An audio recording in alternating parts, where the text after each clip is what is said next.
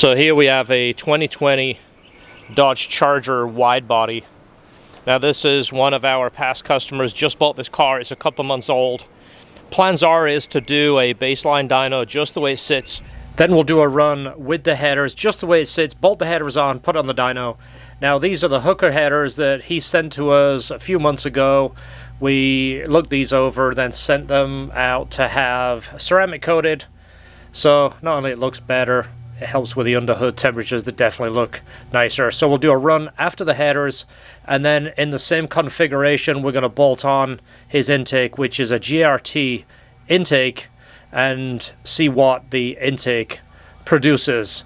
Then as an extra, he wanted to do another run with a K&N filter just so he could see the results between the provided intake filter and then the K&N, which he's going to send, and we'll put that on too. We'll see what kind of gains we can get with both filters. So before we put it on the dyno, I didn't want to show you around the inside. He spec'd this car, and it looks like he spec'd it very nicely. It's got the red stitching with the red inserts, and then the red inserts on the seats there. And then he has the carbon on the dash and the center console. I like this a lot. Very, very clean. Big entertainment center. Carbon right here. Really clean. Really well spec'd. Matching in the back. I've seen this before where you'll have a sports seat in the front and then they'll put generic seats in the back, so I like it when they keep the theme in the front and the back. Everything matches, looks well planned out. Again, red inserts in the door with the red stitching.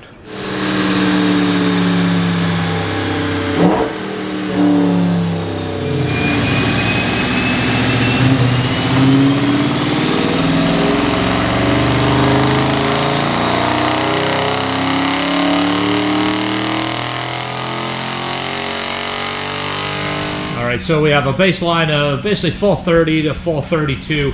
Tried it in track and sport. What's interesting is this little blip right here actually changes between sport and track. The red run is the first run we did, and it made a little bit more all the way through, but peak ended up being the same. This is rated at 485 at the crank. So what's interesting, there is a dyno page under performance pages, and this is supposed to reflect the dyno of the actual car, right, as it sits on the dyno? Well, I think that if you drove it down the road, you know, like punched it on the road or something, like it's supposed to tell you. Okay, let's do that. Let's do a live run while it's on the dyno. Let's just see if it somewhat agrees and see what it says while we're doing the run.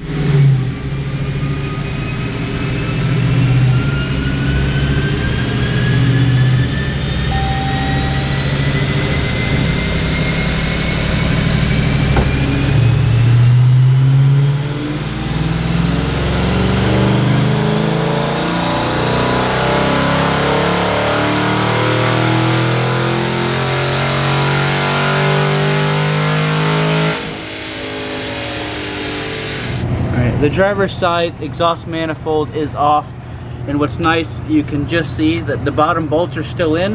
The factory headers are slotted around the entire bottom. You have to take the cat pipes out to get them off, and if you see how John is working here, you basically have to just put your arm as far in as you can and feel around for stuff. You can't really actually see any of it, but I didn't record because I was just having too much fun getting to this point. Hopefully we'll have that one out in a couple more minutes. It's got 3,500 miles, so we're going to be putting some fresh Mobil 1 in there. Of course, a new filter which he brought with him. There's the other header out. Now George mentioned having fun, I think how you refer to it. Well, way too much fun. I got a ding on that finger. I got a chunk out of that hand and a flat spot over there, and I think George has a couple too. That's the fun of doing headers. And of course, good thing is the bottom ones are slotted like George mentioned, so all you gotta do is break those loose, but the gaskets are like glue. You see that? It literally glues to the gasket, and then of course it doesn't slide up and down because of these holes. But they're out, they're done. Let's go ahead and compare them to the aftermarket ones. Alright, so here's the stock ones versus the aftermarket. These, let's go ahead and look at the port I know a lot of people are going to be interested in this side. They want to get a kind of a comparison. Let's go ahead and look here. So look at the size of the port difference for one. I mean, these are like a rectangle D shape almost. These are round. That is interesting. And you can see the shape there, the markings on here, where it almost looks like it should be round. That is very interesting. Now these you can see down here, they actually look like a pretty good sized tube on the inside. Just got a light in there. There we go. That looks pretty nice. But look at the port. Port is round. It's a big port. Yeah, compared to the factory one. Now it's hard to believe that the factory would build a flange like that when their head is round. That looks like you're giving up a lot of airflow right there, and maybe a restriction. That's interesting. Let's take a look at the head and we'll see how far that is off. But as you see, it pretty much replicates the same thing. The fitment fits right back to the catalytic converter, same flange, a drag bolt-on piece right there. Alright, so this is our factory gasket, and the head is pretty much the same shape as the factory manifold, so who knows why they make a round tube on that header. It's definitely not hurting anything. You can see where the carbon is around it, so the header tube is bigger than the head, so there's no real restriction there. It's just interesting to see the difference there. But we have new gaskets. We're going to go ahead and put new gaskets on each side. It's in there, and reinstall the new headers.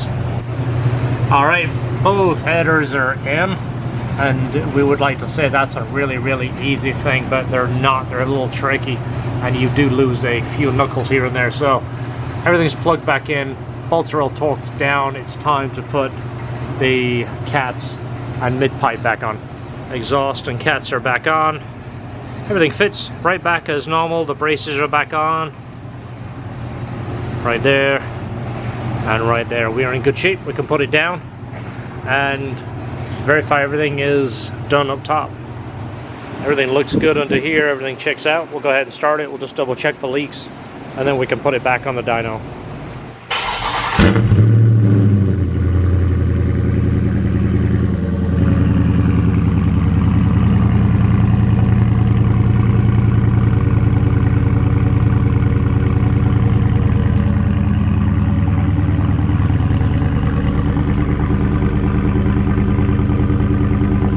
Everything is just as before except the headers. We're going to run it right now with the factory intake.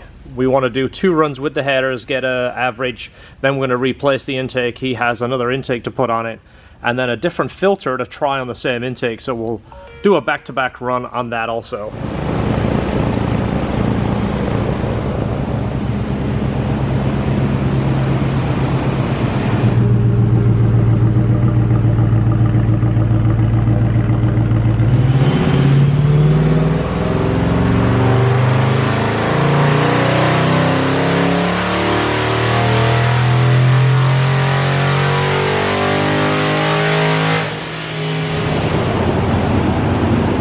Exactly 10 horsepower, and it made power everywhere. It still mimicked the same little jump right here, but made power everywhere.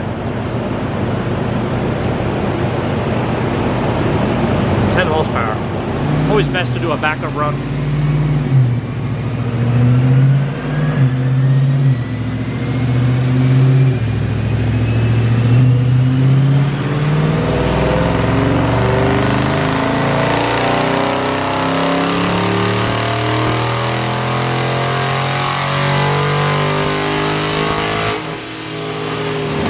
Alright, so next run was a 444, pretty much backed it up, and 1 foot-pound of torque, but it's making it everywhere.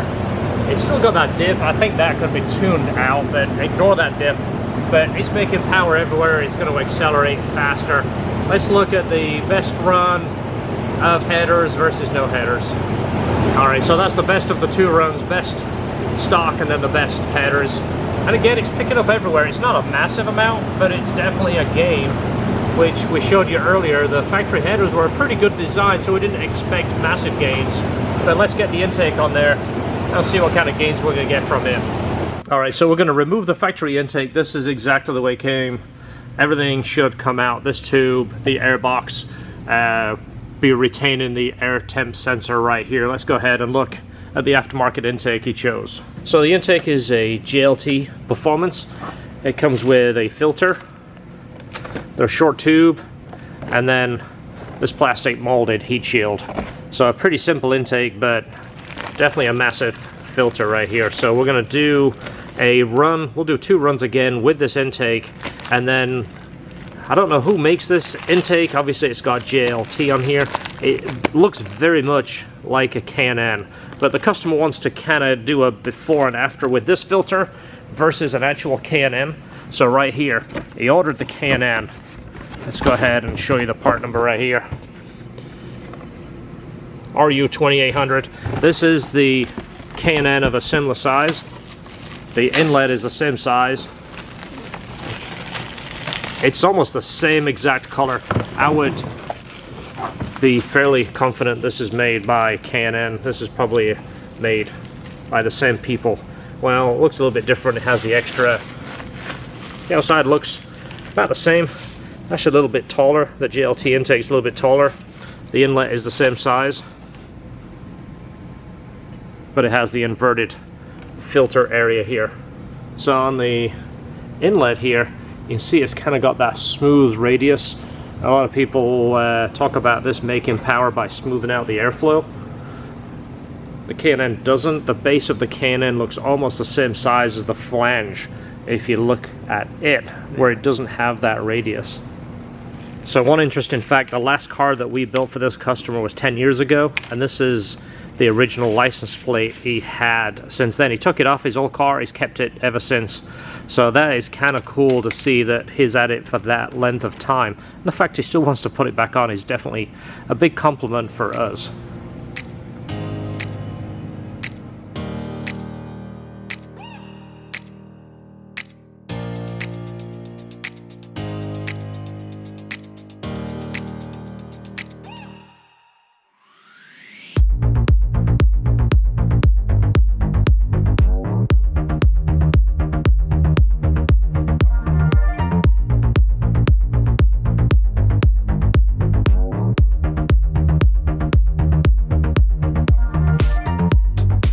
So the intake is in. This is the one supplied by JLT with the filter, with everything that they set in their kit to be hooked up this way. So let's do a dyno run with this. We'll do 2 runs the same way, give it a quick cool down, then we'll change the filter to the Can-Am. This obviously fits nice. You can see how well this is put together.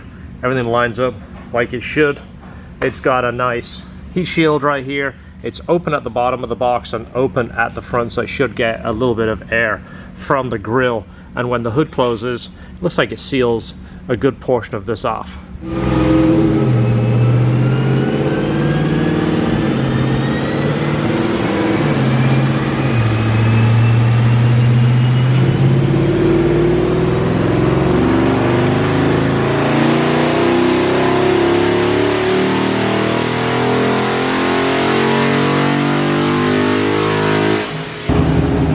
So picked up 10 horsepower, and all of it is up top. I mean, everything all up top right there, from about 4,000 RPMs up. Went even, then about 4,700 RPMs up in mid-power again. So 4 foot-pounds of torque and pretty much 10 horsepower. Alright, so we're going to replace the filter with the Can-Am brand filter, the one he supplied. So we'll do a back-to-back run, see if there is any difference. It might be big changes, might be small changes, who knows. It's always nice to get some real-world data from changing it and actually seeing it.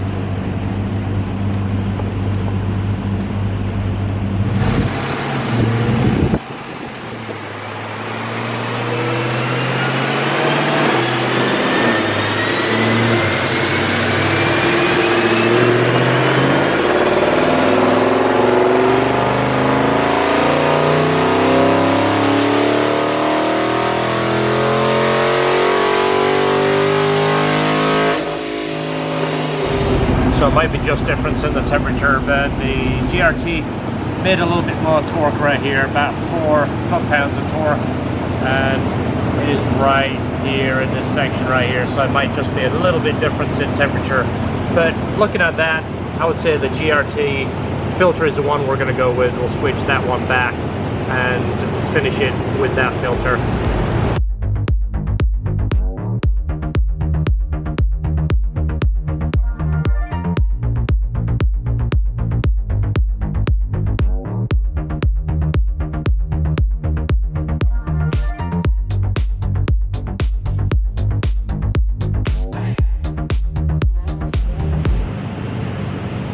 So it came with this, which is like the little screen to go over the filter.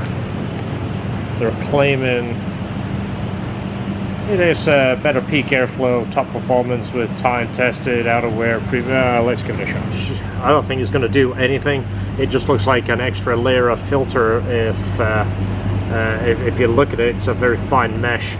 I've seen these used to stop dust and sand in a real harsh environment, but I can't see it making power, but you never know. It's always good to get it before and after and see what happens. Aren't you supposed to help with hydrolocking too with the cold air? I've heard that, never actually seen any data from it. I mean, not that you're going to hydrolock this unless you're up to the windows in the water, but... That's true. Oh, we'll see. Let's see what this does. It looks like an extra layer of filter. Can't see it helping, but I can't see it hurting it either. Alright, so it's 421. And it's 87 degrees in here. I don't want to make you guys jealous, but we're dynoing. It's fairly warm and humid, so we'd probably get better results on a cool day or doing this thing first thing in the morning, but we're trying to show real world results here.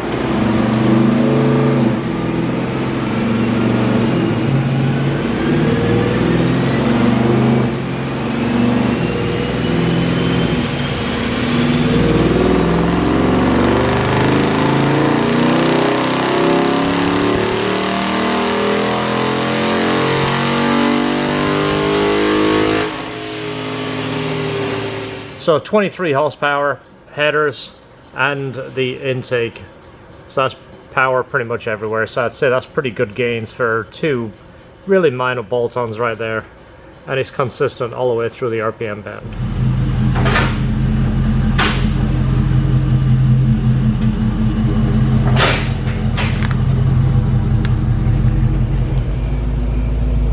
I've learned that that's how I can